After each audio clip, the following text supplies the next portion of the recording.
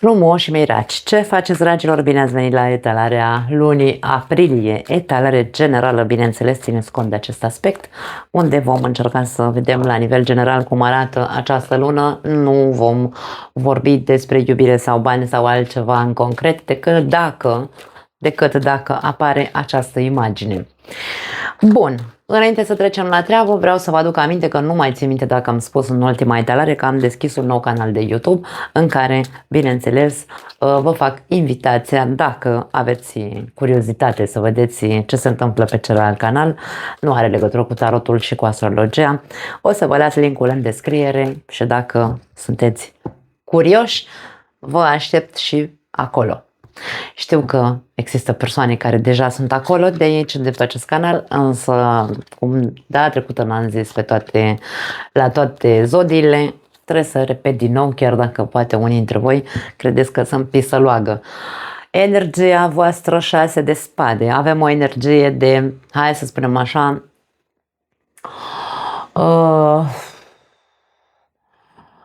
nevoie de liniște, îmi vine să spun. Unii dintre voi sunteți într-un soi de tranzit emoțional în care, ca și cum simt nevoia să mă îndepărtez un pic de tot ceea ce există în viața mea acum, de tot ceea ce îmi provoacă o stare agitată și am nevoie să mă retrag, să mă liniștesc sau, nu știu, am nevoie să stau singur ca să pot să ajung la un soi de liniște interioară. Poate fi energia plecării, pentru alții dintre voi poate fi vorba despre o saturație, să spunem, și probabil că vă puneți bagajele nu într-o barcă, însă într-o mașină și plecați. Hai să vedem la ce se referă. Avem 5 de cupe ca situație.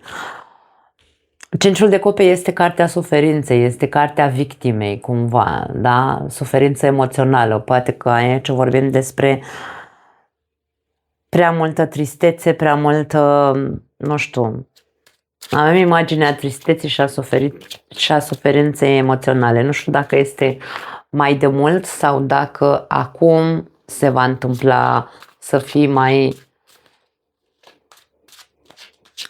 nu știu, să se întâmple o suferință în ceea ce te privește. Nu, astea nu le luăm, pentru că sunt prea multe. Avem magicianul.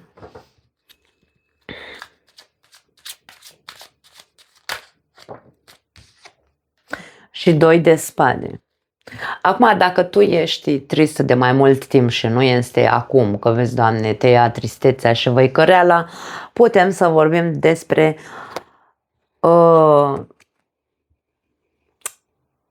imaginea este una de tristețe, însă aici e ca și cum dacă tu stai cu mâinile în sân, nu se va întâmpla niciun fel de miracol.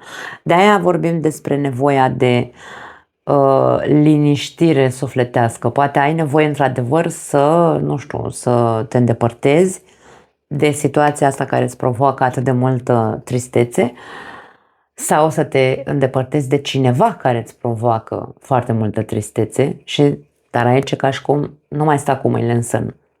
Nu te mai face că nu vezi că această persoană sau situație sau eveniment îți provoacă, da, îți provoacă o stare urâtă, ci tu trebuie să fii cel care ia atitudine. Nu vine, Doamne, Doamne, nu se întâmplă miracolele așa, să te scoată pe tine de acolo cineva. Noi suntem cei care trebuie să, într-un fel sau altul, să facem pași ca să putem să ieșim de acolo. Nu putem să stăm cu mâinile în sân în viața noastră proprie, da? În mintea ta 3 de spade, dragii mei. Aici avem imaginea suferinței foarte tare. Ce se întâmplă? Și gândurile tale sunt numai la suferința aia. Poate fi o depresie pentru unii dintre voi. 3 de bâte. 3 aici. Și 6 de bâte. Acum, dacă ceea ce se întâmplă este suferință și victimizare și plâns de milă, aici este imaginea ego-ului tău care nu acceptă faptul că se agață de această suferință, în loc să privească această poveste tristă și cu multă tragedie, în loc să o privească, hai să spunem, amplu, da? Să vezi întregul tablou al suferinței. De ce ești trist? De ce ai suferit atât? Sau de ce ți s-au provocat atât de multe răni? De ce? E nevoie să vezi în ansamblu, pentru că tu aici, practic, viziunea ta este una foarte strâmtă. Aici avem o legătură la ochi și un refuz, ca și cum nu, eu nu am participat la suferința mea. Aici vorbim despre foarte mult ego care nu te lasă să vezi că de fapt suferința este sau a fost pentru că tu nu ai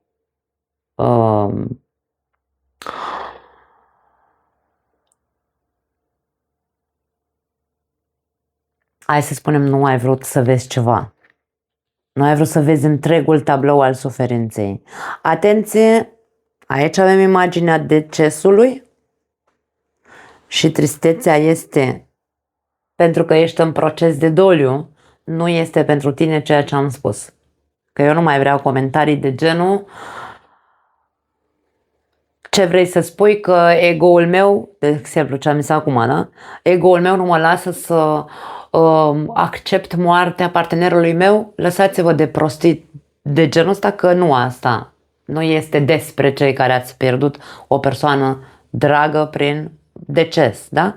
Voi cei care sunteți într-o suferință în urma unui deces, nu aveți legătură cu ceea ce am spus.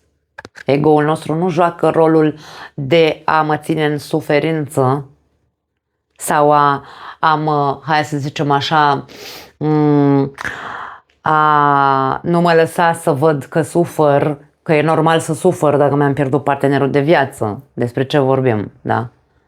Singura variantă pentru cei care ați pierdut pe cineva prin deces aici, în legătură cu ego-ul, este că ego-ul tău nu vrea să te lase să vezi ansamblu întreg al procesului. E ok, dă-ți voie să plângi, dă-ți voie dar depinde câți ani ai de când plângi, pentru că aici dacă avem 6 ani de când plângeți după cel care a murit, îmi pare rău să fiu atât de dură, dar nu pot să vă zic decât că ego-ul vostru nu face decât să nu vă lase să vedeți întregul tablou, că au trecut 6 ani de doliu și că voi vă alimentați în continuare din punct de vedere mental în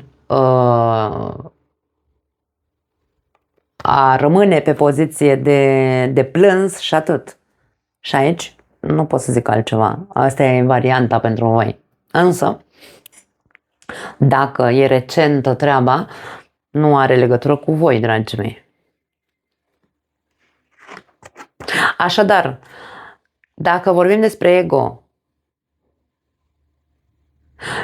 ce vrei tu să se întâmple?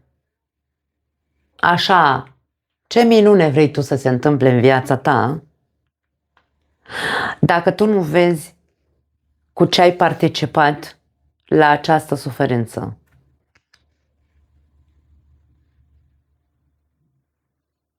Fiecare dintre noi ar trebui să știm dacă sunt acum în poziție de suferință. Hai să zicem, am fost strădat, am fost, nu știu, habar n-au. Nu contează, fiecare cu suferința lui. Spuneți-vă suferința, priviți-o în ansamblu, da? Priviți-o în ansamblu.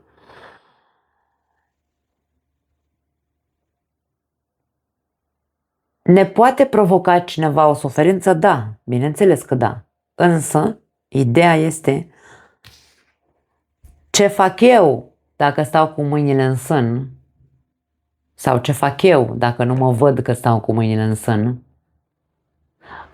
Încă în această poveste, vai, m-ai trădat, vai, mi-ai făcut rău, vai, m-ai făcut să sufăr și eu stau aici cu mâinile în sân, crezând că vine, Doamne, Doamne, să-mi rezolve treaba, pentru că sunt prea mândru să văd că eu stau aici și bat pasul pe loc în viața mea și pierd timpul degeaba plângându-mă cât de tare m-a făcut să sufăr Xulescu. E momentul să încep să pun bagajul ăla de durere și de jale, îl pun în mașină și ducă-se. Trebuie să ajung la o stare de liniște odată, nu mai ajunge cu atâta văicăreală. Treaba mea e să văd că nu fac nimic și că stau cu mine în sân și doar mă plâng. Da. În subconștient, 3 de cupe, aici vorbim despre înșelat, în primul rând. Trădare prin înșelare. Nu știu dacă este vorba că tu ești cel care ai trădat și aici suferi pentru că ai foarte mari remușcări, ori pentru că tu ai fost trădat prin înșelat, te-a înșelat celălalt, tu ai fost orbit sau n-ai vrut să crezi. Pentru că 2 de spade este un refuz. Nu vreau să văd că într-un fel sau altul am participat. Nu accept ideea că partenerul m-ar înșela sau ar fi fost capabil să mă înșele. Sau a fost capabil să mă înșele.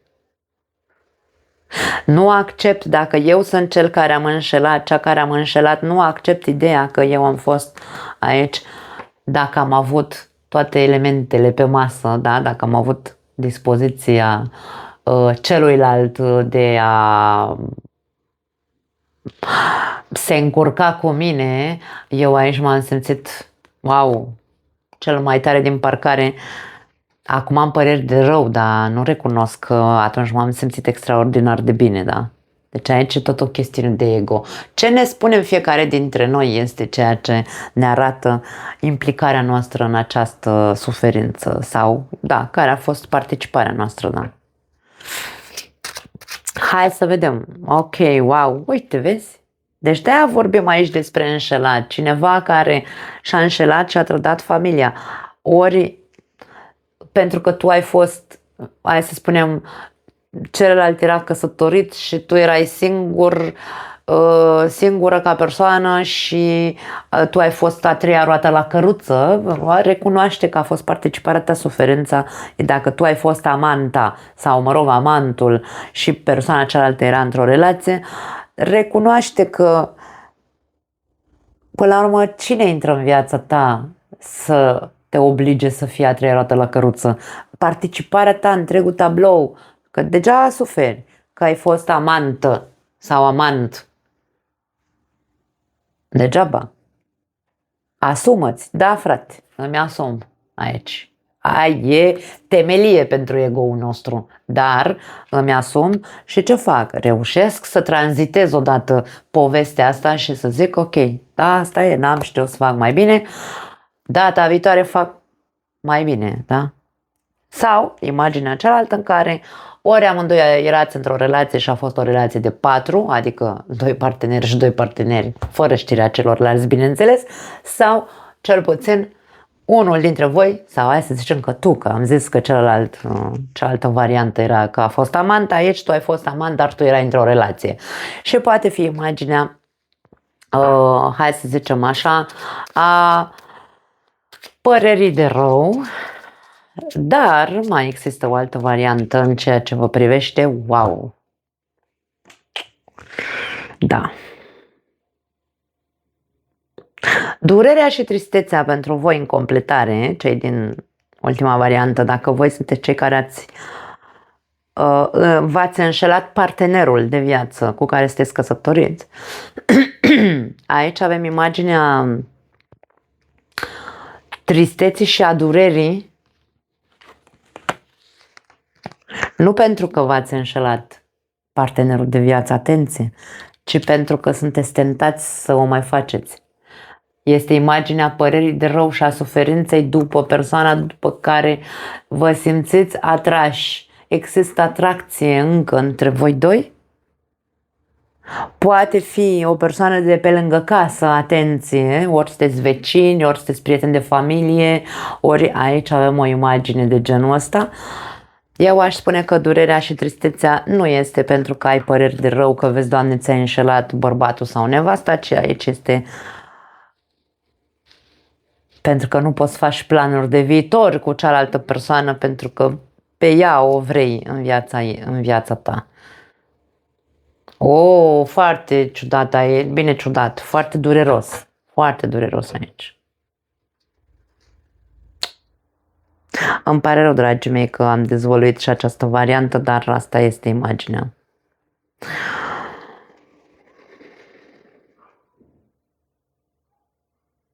Aș spune că este o stare de neliniște în tine. Nu cred că vei lua decizie să pleci, nu cred că îți vei lua bagajele să faci nimic, pentru că aici avem imaginea celui care stă degeaba, dar mai are și această mândrie pe care nu e capabil să o vadă. O mândrie foarte, aș spune, toxică. Da.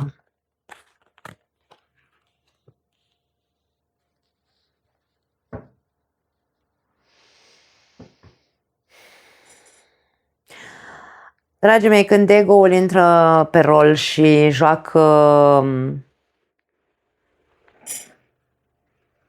în viața noastră țonțoroiul cum vrea mușchiului, ce să zic, nu avem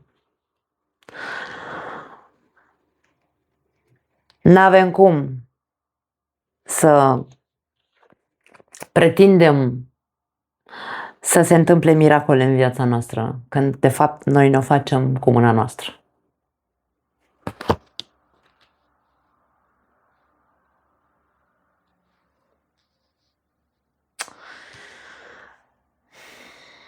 Data trecută am văzut lucruri de la RAC în continuare. Avem vreo 2 etalări cel puțin de când tot văd lucruri nașpa la voi. În trecut, forța, din nou vorbim de orgoliu, de ego, de control, de, hai să numim așa, nu știu, un soi de manipulare, poate fi. Deci aici avem imaginea asta. Da. 8 de cupe. Ai avut oportunitatea sau, hai să spunem, puterea să pleci. De ce n-ai plecat în trecut? 8 de monede și steaua. Ai tot sperat tu așa că o să se rezolve lucrurile, că o să-ți revii, că o să te faci bine, că o să te vindeci. Ceea ce vedem că nu s-a întâmplat.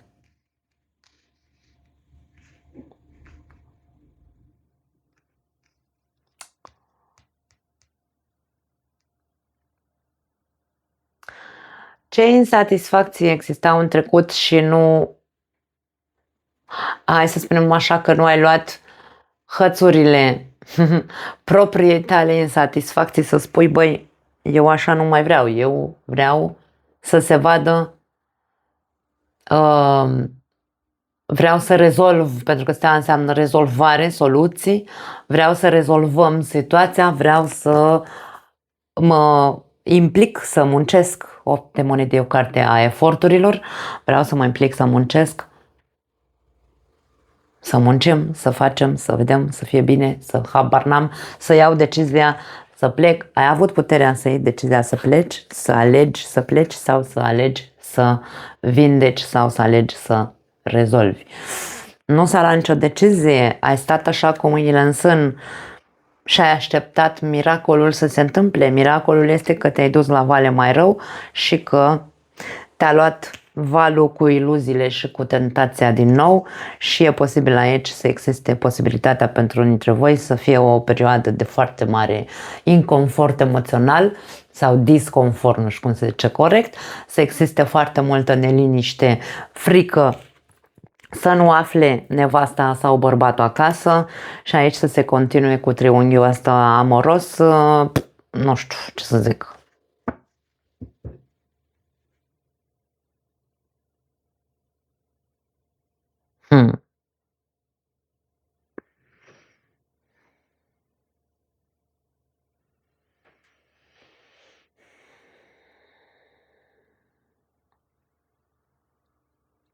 Insist, dacă sunteți singuri, nu vă mai văicăriți și nu mai stați cu mâinile în sân.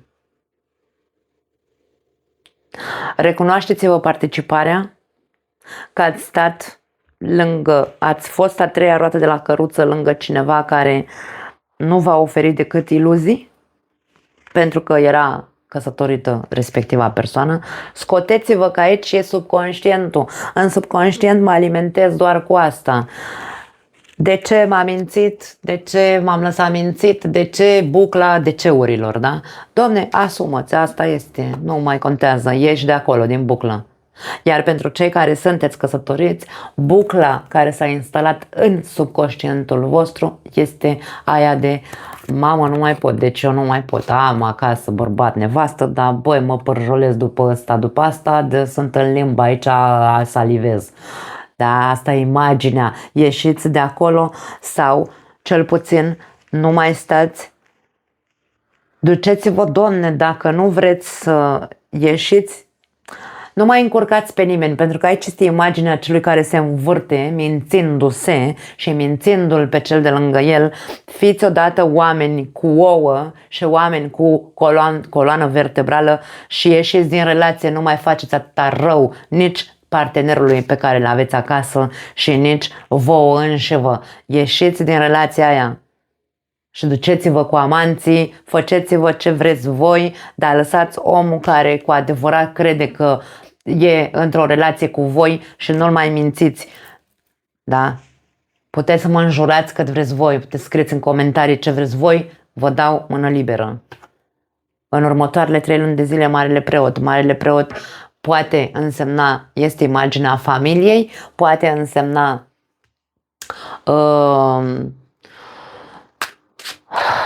atât divorț, cât și căsătorie, da?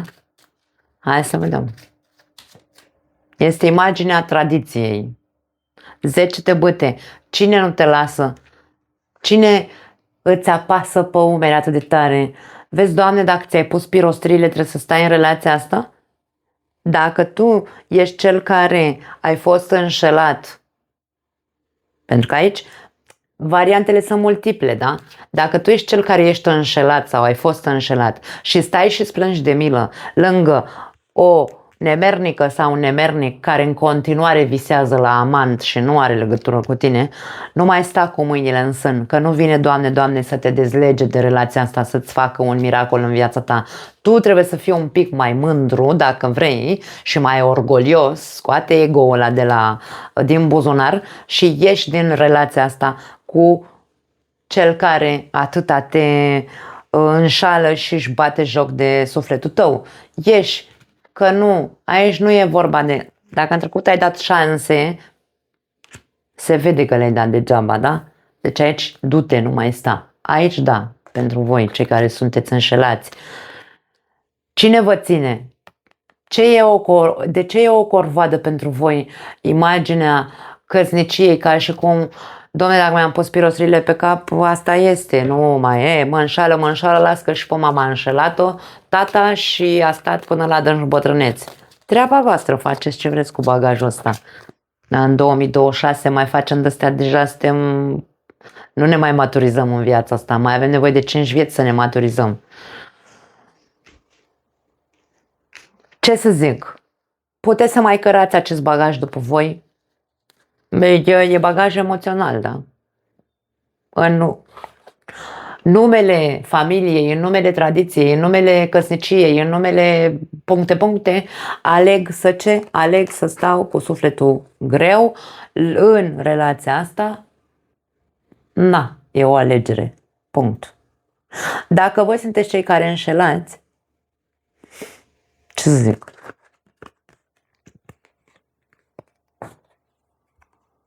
În următoarele 3 luni de zile e posibil ca această relație să devină din ce în ce mai... Dar nu relația cu partenerul.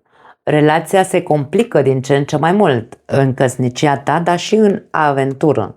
Atenție! Deci aici, bineînțeles că totul evoluează sau ajunge la o anumită evoluție. Nimeni nu poate să zică, Domne, am o amantă, pentru că aici nu e vorba despre am o amantă acum că apare tentația. Dacă era ăsta prima carte în loc de asta, ziceam, băi, atenție că apare o tentație în viața ta și e posibil să te duci pe cărări. Însă aici e din trecut. Da? Că a avut loc evenimentul, sexul între voi doi, mă refer sau nu, va avea loc, pentru că tentația s-a așezat în subconștientul tău, nu-ți mai poți scoate din cap acea persoană.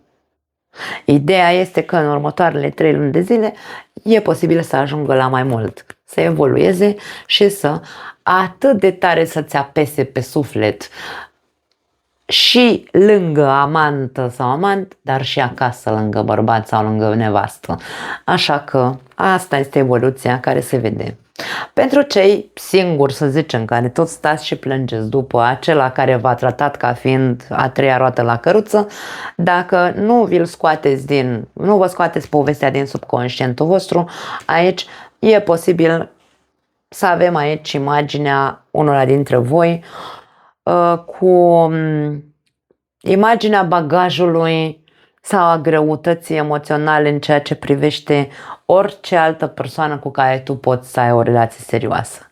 Și dacă apare cineva, pentru că e posibil să apară cineva în următoarele 3 luni de zile, bagajul tău emoțional e atât de mare și de greu încât probabil că în loc să, hai să spunem așa, să ajungi să poți să ai o relație nu neapărat tradițională, da? Nu neapărat serioasă, dar cel puțin să-ți dai voie să cunoști pe cineva, va fi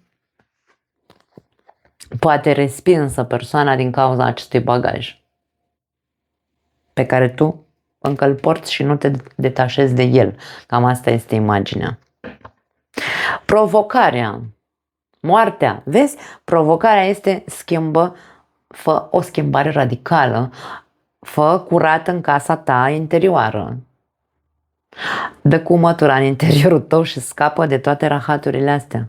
Scapă de amantă dacă ești atât de tentat sau tentată de amant, scapă de povestea asta pe care ți-o spui, scapă de persoana asta care te-a tratat ca fiind, care ți-a făcut iluzii, da? Și te-a tratat ca pe a treia roată la căruță, scoate și fă curat în viața ta, îndepărtează-te. De aia aici a apărut acest scenariu, această energie care ar trebui să existe în unii dintre voi și să vă detașați, să vă liniștiți, să ieșiți din această poveste. Pentru cei care tentația e atât de mare, dragii mei, schimbarea radicală care o puteți face este duceți-vă la terapie. Și aici este imaginea terapeutului. De 2 ori, în loc să stați să vă complicați viața între amantă și nevastă sau amant și bărbat, duceți-vă și faceți terapie voi, nu terapie de cuplu, atenție, nu-ți băga partenerul în povestea în care tu te-ai îmbărlegat singur. Te duci frumos la terapie, îți rezolvi rahaturile tale și după aia dacă pentru că relația ta de acasă, dacă a devenit toxică, nu a devenit toxică pentru că vezi, Doamne, ai tu o nevastă nebună sau un bărbat nebun. Nu, a devenit toxică pentru că tentația este foarte mare în ceea ce te privește. Te-ai lăsat sedus. Poate persoana aia de care tu ești aici în limbă și bălești după ea nu este, îmi pare rău că vorbesc așa porcos, dar eu nu suport persoanele care bine, că se spune că nu trebuie să judeci. Nu, că eu nu judec aici. Eu îți spun, nu mai minți. Persoana care vrea să aibă o relație cu tine, du-te de acolo și nu o mai face pentru că ești un trădător. Și am dreptul să spun asta, că e casa mea, e canalul meu. Nu-ți convine ce auzi, te duci unde vrei tu sau mă înjuri, e indiferent. Însă, aici este vorba despre asta. Du-te tu și rezolvă-ți rahaturile și aici este provocarea. Fă o schimbare radicală, du-te la terapie și rezolvă-ți tentațiile astea care alunecoase în care te-ai băgat singur. Moartea încă o dată. Deci eu dacă aș fi psiholog, cred că i-aș face varză pe toți. Mai ales dacă vin cu scenarii de genul ăsta. Uite, vezi? Deci, dragii mei, nici n-am nevoie să studiez psihologie, nici n-am nevoie să chipurile, vai, nu trebuie să judeci. Nu, eu nu judec, eu doar spun că nu e frumos ce faci și atât. Poate te trezești din somnul cel de moarte aici, da? Cu tentațiile astea. Ești provocat să schimbi ce ai făcut. Tot ce ai făcut a dus la ce? la blocaj. Blocaj în ceea ce privește relația ta, blocaj în ceea ce te privește pe tine, pentru că există foarte multă rigiditate în care eu nu pot să mă schimb sau eu nu știu, nu pot să fac eforturi de nimic, stau așa cu mâinile în sân, aștept miracole, da? Evoluția nu se întâmplă. Nu se întâmplă atâta timp cât noi nu luăm atitudine. Nu vom schimba absolut nimic. Însă aici avem imaginea provocării.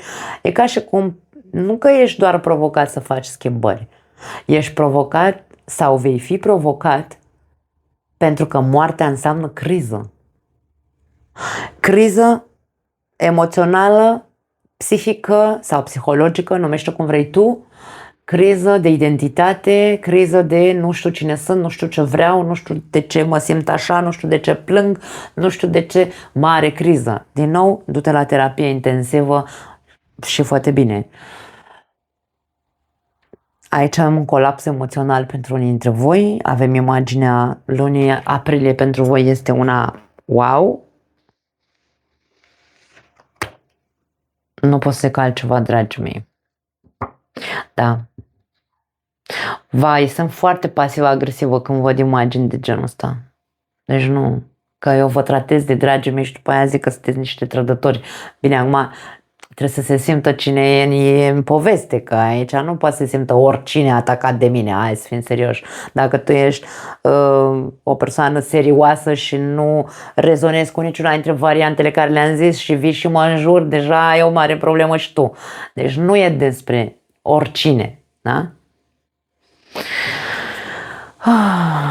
Nebunul avem ca surpriză. Nebunul poate să însemne orice. Nebunul poate să însemne nepăsare, nebunul poate să însemne impuls, nebunul poate să însemne un nou început, nebunul poate să însemne curaj. Aici avem roata norocului.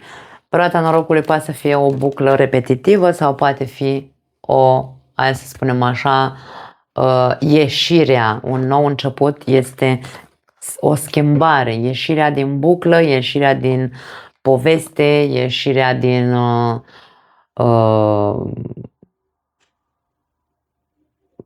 vezi, se spune roata norocului, roata destinului. Nu cred că este o chestie care ar trebui să se întâmple, că vezi, Doamne, ți-a fost scris. Nu cred, eu nu cred în chestia asta cu scrisul destinului. Nu cred că avem un destin scris. Pentru că, practic, ceea ce noi trăim în urma deciziilor pe care le luăm sau nu le luăm în această viață. Puteți să-mi spuneți ce vreți voi, că doar n-a venit, Doamne, aici tentația. Cine vine să te tenteze? Cine vine să te bage în pat cu altcineva când tu ai pe cineva acasă? Cine vine să te bage în pat cu cineva care deja este căsătorit? Alegerile sunt ale noastre. Avem prea mare orgoliu ca să recunoaștem. Nu este problema mea. Fiecare să-și asume deciziile, alegerile și așa mai departe. Aici e vorba despre asta. Dacă încă vrem să stăm legați la ochi și să zicem nu, eu am fost inocent, nu, eu nu m-am lăsat tentat, dar știi, acum visez după că ai vers pe pereți cu alta sau cu altul, aici bucla aia ta, tu te minți singur, nu e problema mea, dar trezește-te că în viața asta nu este despre destin, nu e despre viața ți-a scris așa, uite, asta e crucea ta și tu trebuie să urmezi aceste reguli. Nu. Astea te învârți în propria buclă în funcție de deciziile pe care tu le-ai luat. Punct. Din punctul meu de vedere, atât sunt de realistă și de radicalistă în privința asta. Aici avem un nou început pentru unii dintre voi care într-adevăr vreți să schimbați lucrurile și să nu vă mai lăsați așa pe mâna destinului, și avem un nou început din punct de vedere emoțional. Insist, apare imaginea regelui de cupe, aici avem regina de cupe, putem să vorbim despre un nou început din punct de vedere emoțional, apare o altă persoană în viața ta sau pur și simplu tu și partenerul de viață depășiți în sfârșit, nu pentru că e o chestiune de destin sau de karmă sau ce vrei tu, ci este o chestiune de decizie proprie. Ne mai dăm o șansă, o luăm de la zero? Da. Cum? Făcând schimbări. Schimbări în ce sens? Din punct de vedere emoțional. Ne asumăm cu adevărat relația, muncim pentru ea, facem împreună, da, nu, nu, și cu asta basta. Va trebui probabil, sau nu e că va trebui, ci e vorba despre poate vă treziți la realitate unii dintre voi, cei care trebuie să ieșiți din relație pentru că relația este că vă înșală și voi stați cu mâinile în sân și știți, sau pentru alții dintre voi, decizia este ne mai dăm o șansă, dar de data asta facem schimbări. Nu ne mai dăm șanse ca în trecut pe degeaba. Ok? Cam asta e imaginea. Concluzia, îndrăgostiții, poftim, ce mai vrei? Deci, aici vreau să spun că totul este foarte urât ce se vede în principiu, dar este foarte clar ce se vede și este foarte clar ce proces e de făcut. Și concluzia este că cei care vor face procesul aici vor avea parte într-adevăr de reciprocitate, de afinitate, de iubire și de tot ceea ce este mai frumos într-o relație de cuplu. Cei care nu, uite așa vor mai sta cu mâinile în sân, doi de spade, să le schimbe viața și destinul, soarta și, mă rog, soarta și destinul să le schimbe viața, vreau să zic, și cam atât. Dar deocamdată hai să vedem concluzia asta cu doiul de cupe pentru că este pozitivă. Justiția, se ajunge la o mare înțelegere între cei doi. Unii dintre voi veți divorța sau, mă rog, vă veți separa cel puțin, iar alții dintre voi veți fi foarte, foarte sinceri și veți găsi cum să zic, celălalt va accepta sinceritatea cu care vorbiți. Foarte tare. Da. Aș spune că pentru unii dintre voi este vorba despre o pauză. Nu știu dacă neapărat un divorț. Poate fi adus în discuție divorțul. Da? Poate fi adus în discuție. Dar aici este vorba despre, ok, în funcție de ce ți asumi. Pentru că atunci când ești cu musca pe căciulă că ești îndrăgostit. Dar nu e imaginea îndrăgostirii, ci doar imaginea refulării. Dom'le, mi-a intrat în sânge persoana aia, atât de mare este tentația, mi se pare persoana aia că m-a luat de cap, că de-aia spun că diavolul te ia de cap, da? Din punct de vedere sexual, totul este animalic, ca să ne înțelegem, că aici nu vorbim de îndrăgosteli. Nu este imaginea că tu te-ai îndrăgostit de nu știu cine de pe lângă casă, e doar animalul din tine care are dorințe carnale. Și aici,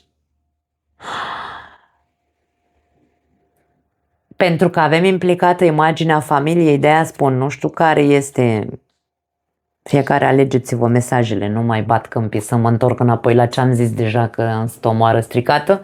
Aici concluzia este că avem imaginea celor doi care discută face to face și care își spun adevărul. Dacă ți asumi ca un adult, Doamne, uite, asta e, m-a luat valul, mă duc la terapie, nu mă duc să-i spun la partenera mea sau să-i spun lui bărbatul meu, băi,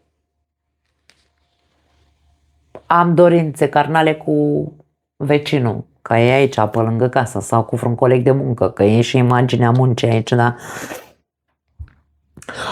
Nu mă duc să-i zic, mă duc la terapie, că de-aia sunt om cu capul pe umeri, mi-asum că m-a luat valul pe mine, mă duc la terapie frumos și îmi rezolv acolo, nu îi spun la lui al meu, mă simt fatal, sunt extraordinar de tristă, într-o criză emoțională, nu știu, habar n-am, mă duc la terapie.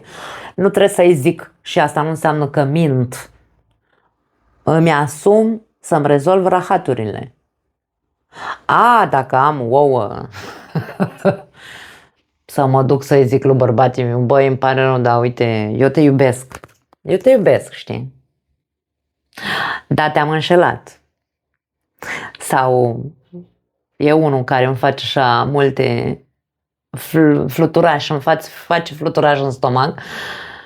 Dacă am ouă să fac chestia asta, nu știu dacă să zic jos pălăria, pentru că aici eu trebuie să-mi și asum rezultatele. Da? Trebuie să accept să-mi asum ce vreau să zic. Dacă scot vrăbiuța din gură, e clar că aici avem o suspensie a acestei relații. Va fi un stop în relație, va fi probabil prima, hai să spunem așa, prima instinctiv se va spune nu vreau să te mai văd, vreau să divorțez, nu mai am, deci dispar din viața mea, însă este doar o pauză de rumegare. Se va rumega și probabil că de moment va sta în stand-by relația. Pentru că aici există iubire, dragii mei. Cel de lângă tine te iubește. Și probabil e reciproc. Și tu iubești, doar că te-ai pierdut tentându-te. Nu e o scuză, știu. Dar de-aia m-am enervat așa de tare.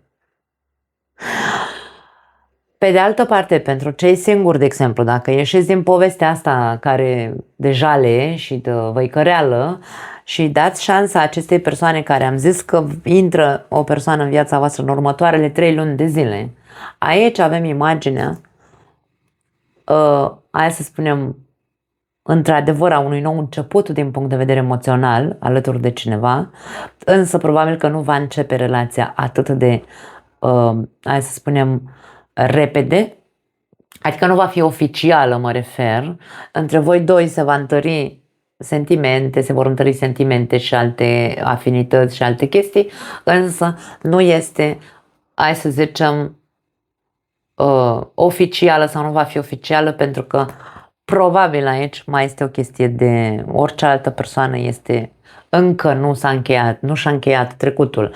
Adică nu și-a încheiat socotelile cu fostul partener și fosta parteneră, nu s-au divorțat, nu s-au semnat actele de divorț, mă refer.